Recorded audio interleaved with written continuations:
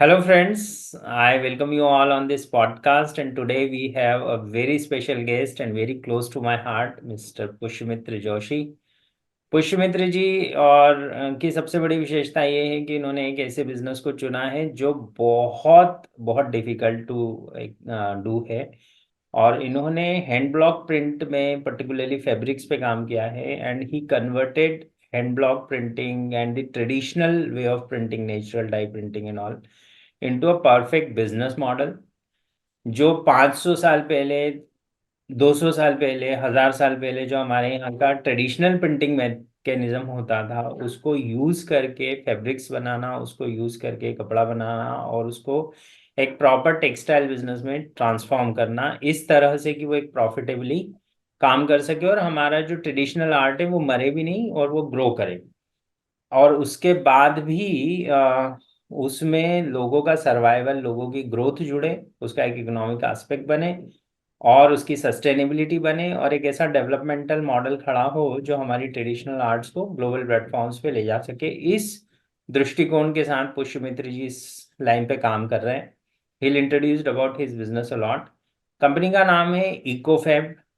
इकोफैब अपने आप में बहुत इंस्पायरिंग बिजनेस मॉडल है। यदि आप में से वो लोग जो सस्टेनेबल डेवलपमेंटल मॉडल पे काम करना चाहते हैं बिजनेस के, तो आपको पुष्यमित्र जी को जरूर जरूर जरूर सुनना चाहिए। So let's get into the journey of ecofab.in। Welcome Pushyamitra ji. नमस्ते। Thank you so much Vikas ji. I am so happy. मुझे बहुत बहुत प्रसन्नता है कि बहुत टाइम बाद हम इस तरह से कन्वर्सेशन कर रहे हैं। मैं इसको इंटरव्यू से ज्यादा कन्वर्सेशन ही मानूंगा, क्योंकि अभी मैं बहुत यंग हूँ to share the story of success, क्योंकि अभी तो जर्नी स्टार्ट हुई है। और अभी अगर मैं सक्सेस की बात करने लगूंगा तो ये भी एक तरीके से बोल सकते हैं कि नाइंसाफी होगी, क्योंकि अभी बहुत कुछ करना है। नहीं नहीं, तो इट्स बिल्कुल। Just a start of a journey. Even if it is that is start. एक इंटरेस्टिंग बात ये है कि Pushyamitra ji has done his PhD। He has written a complete doctorate, so he is doctor Pushyamitra Joshi.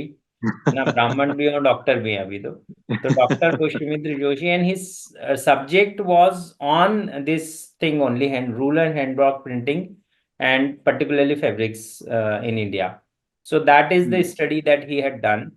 And उसके बाद PhD करने के बाद उसको बिजनेस मॉडल में कन्वर्ट करना और बिजनेस मॉडल में कन्वर्ट करके उस ऑर्गेनाइजेशन को सस्टेनेबली धीरे धीरे धीरे धीरे डेवलप करना इन सच अ वे कि वो मल्टी जनरेशनल बिजनेस मॉडल में कन्वर्ट हो सके।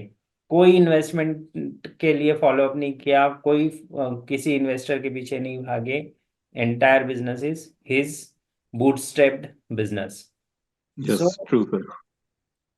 पुष्यमित्र जी, सबसे पहले ये बताइए कि आपको ये मतलब आई वुड से कि ये बहुत टफ बिजनेस मॉडल है और इस तरह के बिजनेस मॉडल में आने की इंस्पिरेशन कहाँ से मिली? Because it requires a gut feeling to get into such business. Sir, आप जो बोल रहे हैं कि टफ, मतलब बाहर व्यक्ति को लगता है कि टफ है। बाकी अगर मैंने सोच लिया टफ है तो फिर मैं काम नहीं कर पाऊंगा। तो पहली बात तो ये थी कि पीएचडी करते करते ही मुझे आइडिया, पीएचडी तक मेरा कोई प्लानिंग नहीं था कि मुझे इस बिजनेस में जाना है। बिजनेस में जाना है ये तो मुझे पता था कि मुझे कुछ ना खुद का कुछ ना कुछ करना है। तो उस समय तो मैं कंसल्टेंसी का सोचता था। लेकिन स्टडी करते करते जब आप डीपली इन्वॉल्व हो जाते हैं किसी स्टडी में, तो आपको उसके हम्म पॉजिटिव नेगेटिव पॉइंट्स दिखने लगते हैं। तो हम्म पॉजिटिव पॉइंट्स तो मुझे ये दिखता था कि इसका एक इन्वायरमेंटल इम्पैक्ट बहुत अच्छा है, क्योंकि हमारा ट्रेडिशनल आर्ट है। ट्रेडिशनल आर्ट पूरी तरह से इको फ्रेंडली होती थी। उसमें hmm eco friendly fabrics, eco friendly dyes, पूरा नेचुरल डाइज वगैरह यूज होती थी। नेगेटिव पॉइंट से दिखा कि हम इंडियंस का उसके प्रति रुझान नहीं है, क्योंकि हमें मालूम ही नहीं है कि ये हमारी चीज है। हम्म क्योंकि स्टडी के दौरान मैंने देखा, जितनी भी केस स्टडीज देखी, जो भी रिवाइवल, क्योंकि हम जहाँ इनोवेशन की बात करते हैं, क्राफ्ट में रिवाइवल होता है कि पहले जो होता था उसको आप वापस से जीवित कर रहे हैं। तो हम्म इसमें जितने भी मैं रिवाइवल्स देखता था, और वो कंपनियां बहुत बड़ी बड़ी कंपनियां, और बाकी सब बाहर के लोग जो चला रहे हैं कंपनी, और जो काम कर रहे हैं, जो एक क्राफ्ट में वर्क कर रहे हैं, वो हमारे यहाँ के लोग, हमारे यहाँ का ट्रेडिशन, लेकिन रिवाइव बाहर के लोग कर रहे हैं। तो पहला एक वो था ईगो पॉइंट, कि आपको एक जगह हम्म। बोलते हैं ना कि एक झटका लगता है वो कि यार एक ये चीज स्वयं हमारी नहीं। सेवक का ईगो है ना, एक ब्राह्मण स्वयं सेवक का ईगो कि हमारे एब्सोल्युटली। ना कि हमारे। हमारी संस्कृति, हमारा परंपरा, हमारे लोग, लेकिन फायदा सारे बाहर वाले लोग उठा रहे हैं। और हम्म। उसमें कई सारे कंटेमिनेशंस भी हुए हमारे यहाँ की ट्रेडिशंस में। तो उसमें हम्म। बहुत डीप स्टडी की तो उसमें मालूम पड़ा कि अभी जितना भी जो डाइज यूज हो रही है वो नेचुरल यूज नहीं हो रही है, कहने के लिए नेचुरल है लेकिन नेचुरल नहीं है। और जो हम्म।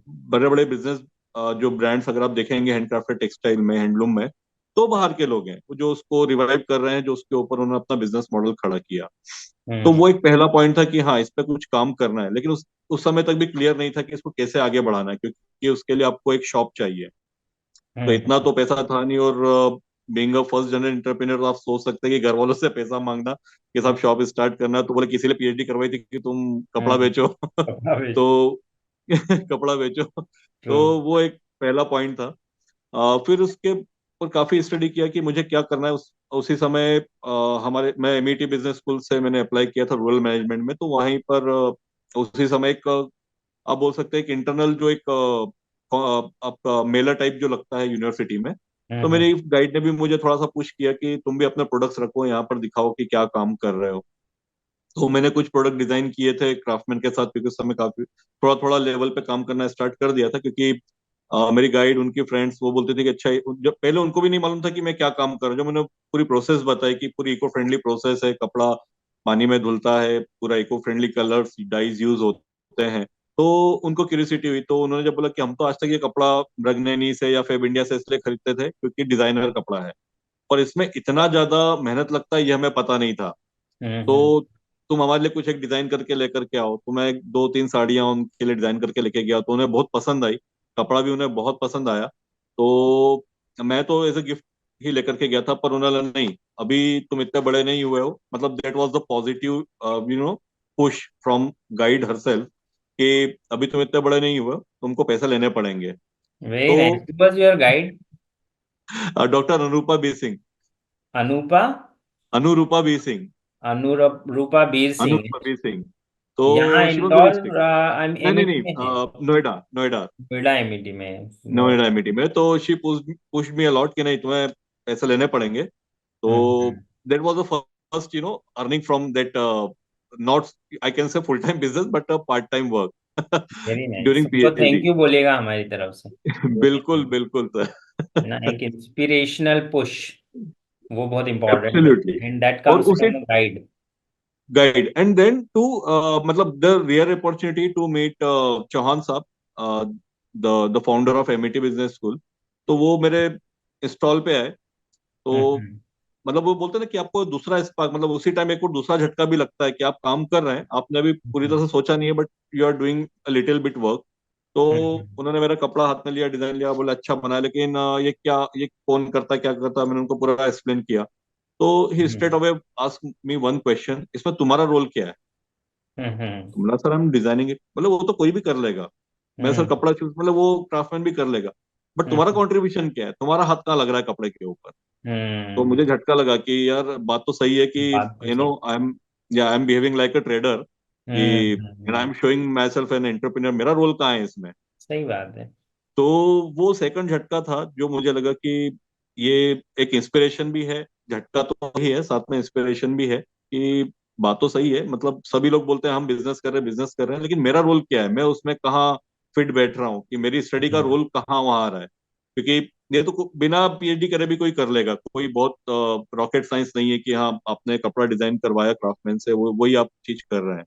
देन हम्म। मुझे लगा कि इसमें क्या हो सकता है और इसमें क्या एडिशनल हो सकता है। फिर मैंने उसमें और स्टडी की, तो मालूम पड़ा कि इसमें जो पहले की प्रोसेस थी वो आजकल क्राफ्टमैन भूल चुके हैं, जिसमें ओरिजिनल नेचुरल डाइज यूज होती थी। क्योंकि अ, इसकी टेक्निकलिटी मैं आपको बता दूं कि इसमें एक एलिमेंट यूज होता है, एक डाई यूज होती है, इसको अलिजरीन बोलते हैं आजकल, जिससे रेड कलर निकलता है, रेड कलर बनता है।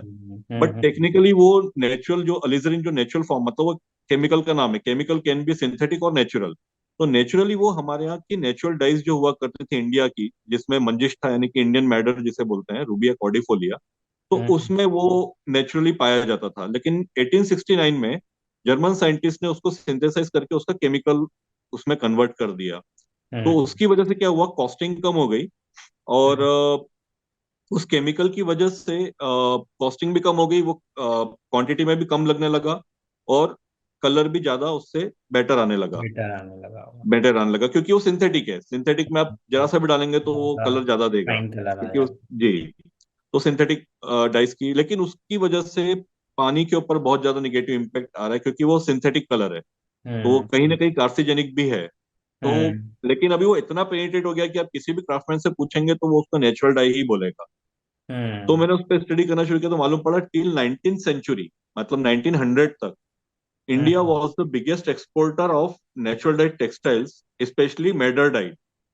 और अगर आप हम्म पुराने जो देखेंगे अभी, आप मोहनजोदड़ो यानी जिसे सिंधु सरस्वती सिविलाइजेशन बोलते हैं, हम्म उसमें भी जो सबसे पुराना कपड़ा मिला है वहां उस एक्सकवेशन साइट पे, वो मेडर डाइड मिला है। और मेडर जो था, जो टर्की रेड आजकल जिसे बोलते हैं, वो बेसिकली इंडिया का फॉर्मूला था रेड कलर का, जो हम्म सबसे बेस्ट डीप कलर माना जाता है रेड में। तो वो चीज इंडिया की देन थी, लेकिन आज उस पे मतलब बोलते हैं ना कि धीरे धीरे जो कंटेमिनेशन होता गया, और हमारी स्टडी का वो कभी पार्ट रहा नहीं इंडिया में, क्योंकि हमें हमारी चीजें कभी पढ़ाई नहीं गई। ट्रू। तो वो चीजें मैंने पीएचडी में उस पर डीप स्टडी करना शुरू किया। तो it was not a direct part of my thesis, लेकिन वो एक साइड बाय साइड उसमें मेरा इंटरेस्ट हुआ, मैंने उसको स्टडी करना शुरू किया, और फिर उस फॉर्मुलेशन पे काम करना शुरू किया। And then I got the formula, right formula, how to extract that red colour from the manjistha, और वो हमारी पहचान बनी है आज। कि आज जो हमारी कंपनी में जो आज हमारा जो बेस्ट सेलिंग प्रोडक्ट्स है कि नेचुरल डाई। और दूसरी बात यह है कि transparency, we have worked on the transparency, कि हम जो भी चीज यूज कर रहे हैं उसके बारे में बता रहे हैं, with videos, with photos, with the craftsmen's, interview, उसका जो वो जब काम कर रहा है प्रोसेस का वीडियो हमारे पास, वो सबसे बड़ी हमारी स्ट्रेंथ है कि हमारे पास हर चीज का डॉक्यूमेंटेशन है कि हम क्या ये कर रहे बहुत हैं। बड़ी बात है, मतलब आपसे बात करके लगता है कि एक्चुअल पीएचडी भी हो सकती है है ना। मतलब पैसे दे के पीएचडी वाले आपको बहुत मिलते हैं, बट दिस जी, इज समथिंग दैट एक्चुअली में रिसर्च इज देयर। नहीं तो ये जी, जो घर में बैठ के रिसर्च हो जाती है या लाइब्रेरीज में बैठ के रिसर्च हो जाती है, ये वैसा वाला नहीं है। And this is really working well कि आपने उस पे पहले रिसर्च किया, देन जी, you had a turning point when your guide herself pushed you to yes, start something sensible, and then वहां से आपको मतलब एमईटी से, या शायद पहली केस स्टडी मेरे सामने आ रही है जहां जी, से एक entrepreneur was pushed by the guide. Yes. That's and really also my को गाइड, fascinating. ऑल्सो माई हाँ। को गाइड, अच्छा। डॉक्टर मयंक सक्सेना, जो अभी अच्छा, सेज डॉक्टर यूनिवर्सिटी सक्सेना में, इज रियली माई गुड। को गाइड, तो उनका भी बहुत मुझे पुश रहा कि, और उनका तो यही होता था कि if you are becoming an entrepreneur तो फिर लुक बैक नहीं है, एक बार तुम आगे बढ़ गए तो फिर आगे बढ़ना है, फिर पीछे हटने का तुम्हारे पास चांस नहीं है, क्योंकि you know at you are at this age. तो यहाँ नो से डाउट, एक नो बार डाउट। तुमने स्टार्ट कर दिया तो उस हिसाब से ही करना, तो उनका भी बहुत मुझे सपोर्ट रहा to connect with the right kind of people. तो अभी तो आप you are like what is your core product Manjishtha के बारे में, या जो जी, प्रोडक्ट्स हैं उनके बारे में थोड़ा बताएं। मंजिष्ठा देखिए, ये तो मंजिष्ठा से तो रेड कलर निकलता है, फिर उसके अलावा हमारे यहाँ फिर हाँ, उसके बाद फिर मैं बगरू गया था, जहां पर मैंने ब्लॉक प्रिंटिंग की स्टडी की इन डीप, क्योंकि वो एक बहुत बड़ा सेंटर है ब्लॉक प्रिंटिंग का, अपार्ट फ्रॉम बाग। बाग तो एक हम्म। है ही, लेकिन वो काफी ओपन था, वो कुछ वर्कशॉप्स भी करते थे, वर्कशॉप बाग करने गया। मीन धार के पास जो बाग टांडा है वो। जी, जी, बाग है, हाँ, वो भी ब्लॉक प्रिंटिंग का एक सेंटर है। वैसे ही बगरू भी एक सेंटर है। तो बगरू में ट्राइबल मुझे, एरिया हुआ मतलब बाग। हाँ, बाग तो बाग ट्राइबल एरिया है। काफी ट्राइबल एरिया है। जी, जी। तो वहां पे बाग, होती है।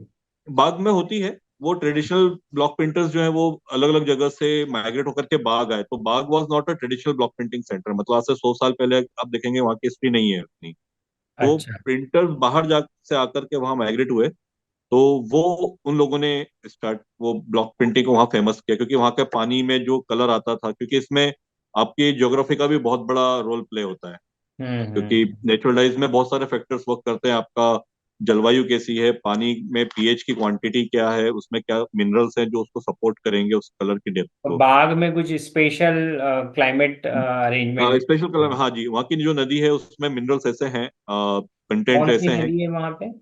बघिनी, बघिनी नदी। अभी नहीं। जी, ओके। तो उसमें से मिनरल कंटेंट्स हैं जो उस कलर को थोड़ा सा उभारते हैं, तो वो भी एक बहुत बड़ा रोल प्ले करता है। अच्छा, तो तो वहां इसकी पे मतलब वो हिस्ट्री में क्लस्टर जाएंगे तो बन इसकी गया है। बहुत, जी, सॉरी। उस नदी की वजह से और उस क्लाइमेट की वजह से वहाँ वो एक क्लस्टर बन गया है जी, इनका प्रिंटर्स का। जी जी। ओके, तो तो अभी आपके कोर प्रोडक्ट्स क्या हैं? अभी देखिए कोर प्रोडक्ट्स तो हमारे भी बहुत सारे, मतलब बोलते ना, एक नहीं तो दूसरा, दूसरा नहीं तो तीसरा चलता है। तो उसमें हम्म, शुरुआत तो हमने ब्लॉक प्रिंटिंग से की थी, लेकिन वही होता है कि आप अगर एक ही प्रोडक्ट पे अटके रहेंगे तो फिर ग्रोथ आपकी स्टेगनेट हो जाती है। तो हम्म, हमारा कोर जो है वो इको फेब, यानी कि eco clothing for healthy living, जो हमारी टैग लाइन है। तो hmm, we have a thought process on this कि हम क्या प्रोवाइड कर रहे हैं। We are not selling just कपड़ा, we are hmm. Selling healthy clothing. Clothing for healthy living. तो हेल्दी क्लॉथिंग क्या है? क्लॉथिंग एक ऐसी चीज है जो 24 घंटे, एक ऐसी बेसिक नीड है कि आपके नहाने को छोड़ करके वो 24 घंटे आपके शरीर पे लगी रहती है। बाकी आपको भूख दिन में 2 या 3 बार लगेगी, बेसिक नीड में। घर में आप सुबह रहेंगे, बाद में आपको ऑफिस तो जाना ही है, आप 24 घंटे घर में नहीं रह सकते। तो तो मानिए मुझे इको फैब से कुछ खरीदना है, तो what all I can order in purchase? क्या जी है वो आपके पास वहाँ पे? जी उसमें बहुत सारे, इसमें इको प्रिंटेड फैब्रिक्स भी हैं, ब्लॉक प्रिंटेड फैब्रिक्स हैं। फिर एक पुरानी एक कलमकारी जिसे हम बोलते थे, वृथा पानी। तो अभी वेबसाइट पे तो उतना भी अपडेटेड नहीं है, मेरा इंस्टा पेज ज्यादा अपडेटेड रहता है। हम्म। तो तो ये साड़ियाँ बनती हैं इनसे, क्या बनता है इनसे? इसमें ऑल प्रोडक्ट्स, मतलब साड़ी तो मेन है हमारा, क्योंकि women's have a more choices, मतलब उनको ज्यादा चाहिए। हम्म, बाकी उसके अलावा दुपट्टा है, फैब्रिक है, यार्डेजेस हम बनाते हैं, क्योंकि अभी हम स्टिच गारमेंट में नहीं है। मैं उसके ऊपर भी आऊंगा कि वो हमारा सबसे इनिशियल चैलेंज था, जो हम्म, शुरुआत में हमने गलती की थी उस चीज में जाने की, उस क्लॉथिंग लाइन में जाने की। तो हम्म। इसमें यार्डेजेस हम बनाते हैं, हम फैब्रिक्स, सॉरी, साड़ीज, दुपट्टा। अभी अनस्टिच गारमेंट टेक्सटाइल में ही हम है अभी। स्टिच गारमेंट में अभी हम नहीं गए, क्योंकि that requires a completely different set of expertise. तो ओके। अभी हमारा जो कोर है कि एक जो बोलते हैं ना फोकस, कि हमारा जिस टेक्सटाइल में हमारा अभी तक नॉलेज नहीं है, हम उसमें कभी भी जाते नहीं है, तो चाहे अभी उसमें कितनी आपका भी डिमांड हो। बेसिकली यदि आपके मतलब मैं इको फैब पे देख रहा था, तो आपके यहाँ पे साड़ियाँ अवेलेबल हैं, बहुत सारी साड़ियाँ, जी दुपट्टे, स्टॉल्स जी वगैरह। और जी ये सब काफी एक्सपेंसिव इन नेचर है, मतलब 8-10 हज़ार की जी रेंज से शुरू होते हैं सारे। जी जी। And why they are so expensive? Because they are handmade. Handmade, और ऑल्सो उसमें प्यूरिटी है। मतलब उसमें जो प्यूरिटी, अगर आप देखेंगे प्यूरिटी के सबसे, that is our core thing. क्योंकि सब लोग बोलते हैं कि आप कभी सच बोलेंगे तो बिजनेस नहीं कर पाएंगे। हमारा हम्म। उल्टा, हम सच बोल रहे हैं इसलिए हम बिजनेस कर पा रहे हैं। हाँ, तो ये बिल्कुल इम्पोर्टेंट बात है कि सच बोलेंगे तो लॉन्ग टर्म और बहुत अच्छा बिजनेस कर पाएंगे। एब्सोल्युटली सर, और उसका फायदा प्रीमियम हमें ये चार्ज कर मिला। सकते हैं आप। जी, यू कैन। उसका बहुत फायदा मिला है। मतलब सच बोलने का हमें इतना फायदा मिला है कि आज कस्टमर, मतलब बोलते हैं धीरे धीरे हमारी ग्रोथ हुई, लेकिन आज हमारा कस्टमर बेस ऐसा है कि आज आप किसी से भी बोल दें कि पुष्यमित्र गलत कर रहा है, तो वो मानेंगे नहीं कि इकोफैब गलत कर सकता है, क्योंकि हमारे पास उसके टूल्स हैं जो हमने कस्टमर को बता रखे, कि आप पकड़ सकते हैं कि कोई प्रोडक्ट सही है या गलत है, जो हम बोल रहे हैं वो है या नहीं है। जैसे अगर हम बोल रहे हैं नेचुरल डाइट है, तो हम्म। नेचुरल डाइट अगर कोई बोल रहा है प्रोडक्ट, तो उसको घर पे कैसे टेस्ट करना है उसका बहुत सिंपल तरीका है। तो वो चीज हम पहले ही कस्टमर को बता देते हैं कि अगर हम भी अगर गलत कर रहे हैं, तो आप पकड़ सकते हो कि हमने बोला है नेचुरल डाइट है और वो नहीं निकलता है, तो आप you can claim on us. तो किसी को natural diet, eco friendly clothing line खरीदनी है, पर्टिकुलरली अनस्टिच्ड गारमेंट्स में, तो वो जी आपके इको फैब से खरीद सकता है। दैट इज बिल्कुल सर, हाउ। आंख बंद करके, क्योंकि आप देखेंगे हमारे उसमें पूरी डिस्क्रिप्शन होती है कि किसने बनाया है, उसका भी हम नाम दे रहे हैं। वो ओके। ट्रांसपेरेंसी, कि अगर मैंने बनाया तो मैं उसका नाम दे रहा हूँ, अगर क्राफ्टमैन ने बनाया तो उसका नाम जा रहा है, डिजाइन किसने किया है वो सारा उसमें हम तो आप डिटेल्स में उन बताते हैं। वो जो बाग या अलग क्लस्टर्स में, जैसे तारापुर क्लस्टर के बारे जी में आप मुझे इस पॉडकास्ट के पहले बता रहे थे, तो जी। इनके इनके जो क्राफ्ट्समैन है उनके पास जाके बनवाते हैं आप चीजें? हाँ जी। देखिए अभी सर, कोविड के पहले तो मेरा हर 2 महीने 3 महीने में एक राउंड लगता ही था इन क्लस्टर्स में, कि हम्म, अपने हिसाब से डिजाइन करवाना, ब्लॉक्स में से ढूंढ करके, और फिर डाइज भी अपने सामने ही मैं करवाता था ज्यादातर। हम्म, उसके बाद फिर टेक्नोलॉजी का ही हम यूज कर रहे हैं कि व्हाट्सअप वीडियो कॉल पे सारा चीजें हो जाती है, डिजाइनिंग वगैरह आजकल। और अगर बहुत ज्यादा लगता है कि आज मुझे, मतलब ऐसा होता है ना कि एक आउटिंग आपको चाहिए, कि अब थोड़ा, क्योंकि मैं रूरल वाला बंदा हूँ, तो मुझे उस जगह की फीलिंग, वहां पर रहना, वहां से एनर्जी लेकर के आना, वो भी मुझे बड़ा पसंद है। तो वहां पर भी मैं जाता रहता हूँ, लेकिन आजकल थोड़ा कम हो गया है आफ्टर कोविड। बट हम्म। वहां पर भी हम जाकर के अपने हिसाब से डिजाइन करवाते हैं, और एक्सपेरिमेंटेशन सारा हमारा इंदौर हमारे होम बेस्ड स्टूडियो में होता है। और फिर प्रोडक्शन के लिए अगर वो कोई नई चीज है तो फिर पहली बार हम जाकर के पूरा प्रोडक्शन में तो आपका उसमें कितना शुरू से ही क्वांटिटी देना रूरल में काफी इंटरेस्ट था, इसलिए आपने रूरल मार्केटिंग में ही सारा सब कुछ किया है है। ये। जी absolutely sir, absolutely. Hmm. Very nice, very nice. So अभी what do you think that what were the biggest challenges that you faced in your initial stages when you are doing this? Because एक तो ये जी बहुत non traditional सा business model है, बहुत जी complex business model है। फिर दूसरा, इसमें डिपेंडेंसी आपकी बहुत सारे फैक्टर्स पे। एक तो लोगों जी को, उस तरह के लोगों को, कस्टमर्स को आइडेंटिफाई करना, फिर वो क्राफ्टमेंट आइडेंटिफाई करना, फिर वो जी ब्रिज करना, एंड देन एक ऐसा प्रोडक्ट लाना है जिसमें कस्टमर सेटिस्फाइड हो। तो जी। इसमें आप क्या पहले ऑर्डर लेते हैं फिर क्राफ्टमैन के पास जाते हैं, या आपका स्टॉक मेंटेन करते हैं और फिर इनसे बात करते हैं कस्टमर्स? दोनों बातें हैं सर, दोनों बातें हैं। I will explain you the initial stage की। सबसे पहले क्या प्रॉब्लम आई थी कि जब मैं बाग में सब जगह इंटरव्यू लेता था, तो हम्म। एक वो होता है ना, आप जब डेटा कलेक्ट करते हैं कि भाई आपके कस्टमर्स कौन से हैं, कौन कौन है, तो हम्म। सब बोलते थे 90% हमारे वीमेंस हैं, 10% मेल हैं। मेल में भी वो 10%, आउट ऑफ 10% भी जो 50% है वो अपनी वाइफ के लिए या सिस्टर के लिए या उसके लिए ले रहे हैं। वो खुद ओनली के लिए उसमें जो, तो मुश्किल जी ही है। हाँ। हाँ, मेल कस्टमर्स कम है। और हाँ। जब मैं जाता था तो आउट ऑफ कर्टेसी में 4 मीटर, 5 मीटर या 10 मीटर फैब्रिक खरीद लेता था और उसका कुर्ता बनवा करके पहनता था। पहले मैंने खुद पे टेस्ट किया कि क्या इसमें आता, तो मुझे बड़ा अच्छा लगता था कि प्योर कॉटन है और अच्छा एक आपको अच्छा फीलिंग आता है फील इसमें। देता है। जी, और सब कुछ है, मतलब ब्रीदेबल फैब्रिक है, तो ये मेल्स क्यों नहीं पहन रहे हैं। तो शुरुआत जो हुई थी वो एक बोलते हैं ना कि एक सेल्फ इम्पोज्ड क्यूरियोसिटी। आइडिया से हुई थी कि why should not I start with the male clothing line, clothing कि लाइन। कुर्ता वगैरह स्टार्ट करते हैं। तो कुर्ता बनवा लिए, करीब 20-25 कुर्ते बनवा लिए, अच्छा खासा इन्वेस्टमेंट कर लिया। और फिर फर्स्ट कस्टमर आपके हमेशा आपके फ्रेंड्स होते हैं, हम्म। तो 4-5 फ्रेंड्स को आपने पुश करके सेल आउट कर भी दिया। बट हम्म। ज्यादातर फ्रेंड से यही आता था कि यार वैसे भी बहुत कम ओकेजन होते हैं, हम सब प्रोफेशनल्स हैं, तो ज्यादातर तो वाइट वाइट में जिंदगी निकल जाती है, ऑफ वाइट में जिंदगी निकल जाती है। और अगर ऑफिस के लिए भी अगर हम बनवाते हैं तो तेरे बड़े उसमें डिजाइन बड़े वैसे होते हैं, बूटे बने हुए हैं, फ्लावर बने हुए हैं, तो ऑफिस में चलता नहीं है। हमारे ऑफिस में तो लाइनिंग वाला हो या वैसा हो हम्म। तो बात बनेगी। तो उस पर भी काम करने की कोशिश की, लेकिन वो इतना प्रॉपरली वर्कआउट हो नहीं पाया, उतना रिस्पॉन्स मिल नहीं पाया, क्योंकि हमेशा वो कलर की प्रॉब्लम, या क्योंकि ज्यादा डार्क कलर्स ऑफिस में चलते नहीं है, तो वो सारी इश्यूज आए। तो Identification of the right customer was the right first customer, challenge, first challenge, and then then you realize that it is more of a female clothing line. Absolutely वो हम्म। वहां भी समझ में आया। लेकिन सेकंड स्टेज में क्या हुआ कि आसपास जो हम इंदौर के जो कुछ बुटीक्स पे घूमे, जो हम्म। कुछ रेफरेंस मिला वहां गए, तो एक वही आता था कि हम तो ऑलरेडी फैब्रिक ले ही रहे हैं, बाग है कितना दूर, हम तो सब जानते हैं, और आपका जो भले ही कपड़ा अच्छा हो लेकिन कॉस्टिंग ज्यादा है, इंदौर में नहीं चलेगा।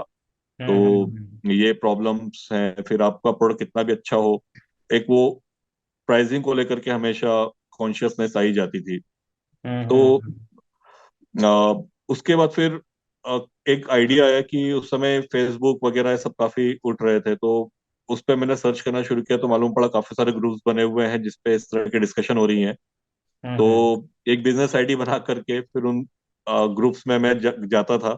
वहां पर जो ज्यादा एक्टिव दिखता था उसको फ्रेंड रिक्वेस्ट भेजता था। और हम्म। फिर अपने लाइन पर अपने स्टेटस पे मैं प्रोडक्ट्स डालता था, तो उनकी तरफ से एकदम से क्यूरियोसिटी आती थी कि ये is it for sale, it is. और एक हम्म। टिपिकल वर्ड चलता है सोशल मीडिया में, पीपी, प्राइस प्लीज। तो हम्म। वो जैसे ही आता था तो I would be very happy कि चलो कुछ इंक्वायरी आई, देन इस हम्म। कन्वर्सेशन स्टार्ट होता था। फिर फाइनली कुछ ऑर्डर आए रिटेल से। We started with the retail only, क्योंकि पहले हमने जब होलसेल में देखा बुटिक्स वगैरह में, तो मालूम पड़ा कि it's not really very easy to crack this market. तो we hmm. Started with this retail market online, क्योंकि पैसे की कमी थी, क्योंकि इट्स बूट स्ट्रैप्ड, और जितना भी कमाया था वो सारा इसमें लगा दिया था। तो And you are doing all this while you are doing PhD, yes absolutely. है ना? And then जी when, so it was like a student of PhD who was जी doing entrepreneurial experiments also. Absolutely. यहाँ पे आपको digital marketing ने, particularly social media marketing ने help करी। बहुत हेल्प की, मतलब मैं बोलता हूँ कि आज इनिशियली हमारा 90% बिजनेस सोशल मीडिया से ही आता था। Very nice, very nice. तो वो धीरे धीरे फिर उससे क्या हुआ कि, और उस समय क्या था कि फिजिकली लोग इतना क्लस्टर से वाकिफ नहीं थे। तो हम्म। उनके लिए बड़ा मुश्किल होता था डायरेक्ट क्राफ्टमैन से खरीदना। तो there we play a very important role. तो और उसमें हम्म। मैंने एक और चीज देखी कि पीएचडी के दौरान ही, कि जो चीज बना रहे हैं, जो क्राफ्टमैन बना रहे हैं, तो उनके मन में भी एक दर्द होता था कि सारा कुछ तो हम बना रहे हैं लेकिन ब्रांडेड कंपनीज के नाम पे बिकता है, हमारा कोई इसमें, हमें कोई जानता नहीं है। तो then hmm. we started with this idea कि know your product policy. Although I learned this from a company in Bagru, कि उन्होंने भी एक प्रोडक्ट इसमें स्टार्ट किया था कि नो योर प्रोडक्ट पॉलिसी, कि हम्म। केवल, लेकिन उसमें वो केवल क्राफ्टमैन का ही नाम देते थे। तो we started actually mentioning the name of the craftsman also, और नेम ऑफ द इंग्रेडिएंट्स की इसमें क्या क्या यूज हो रहा है, आपका जो प्रोडक्ट बन रहा है उसमें क्या क्या यूज हो रहा है, और किस क्राफ्टमैन ने बनाया, और किस क्लस्टर में ये बना है। तो वी स्टार्टेड। तो आप शुरू से जो हमारे पोस्ट देखेंगे since 2016, so you will find कि वो क्राफ्टमैन का नाम भी है, क्लस्टर का नाम भी है, क्या इंग्रेडिएंट्स है, वो सारा भी। कितने क्लस्टर हैं, मतलब इंडिया में या मध्य प्रदेश के आसपास कितने ऐसे क्राफ्टमेंस क्लस्टर्स हैं या क्राफ्ट क्लस्टर्स हैं? मध्य प्रदेश में आप देखेंगे तो ट्रेडिशनली भी दो ही क्लस्टर बचे हैं, एक आपका बाग है और एक आपका तारापुर है। उम्मेदपुरा तारापुर, ये ट्विन विलेज है। एक नदी, मतलब नदी के इस तरफ तारापुर है, उस तरफ उम्मेदपुरा है। तो वो हम्म। एक ही क्लस्टर कहलाता है पूरा। तारापुर क्लस्टर एक क्लस्टर है और बाग जी, एक क्लस्टर है। बाघ एक और क्लस्टर है मध्य प्रदेश में। इसके अलावा राजस्थान में सबसे ज्यादा क्लस्टर्स हैं। राजस्थान में बगरू है, आपका अ, अ, बगरू के अलावा अकोला है, वहां पर बलोत्रा है, बाड़मेर है, उदयपुर के पास में है, पिपाड़ है, वहां पर बहुत सारे क्लस्टर्स हैं। वे सांगानेर है।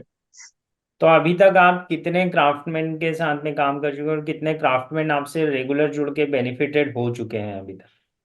देखिए, अभी मेनली तो हम अभी तक हम मोर देन 100 क्राफ्टमैन साथ काम कर चुके हैं, लेकिन रेगुलर बेसिस पे अभी हम तारापुर, बाग, और एक श्रीकालहस्ती करके एक जगह है साउथ इंडिया में, अपना तेलंगाना में, जो हम्म। आपका तिरुपति के पास में है, तिरुपति से 40 किलोमीटर दूरी पर है। तो हम्म। वहां पर एक रेगुलर वर्क चल रहा है।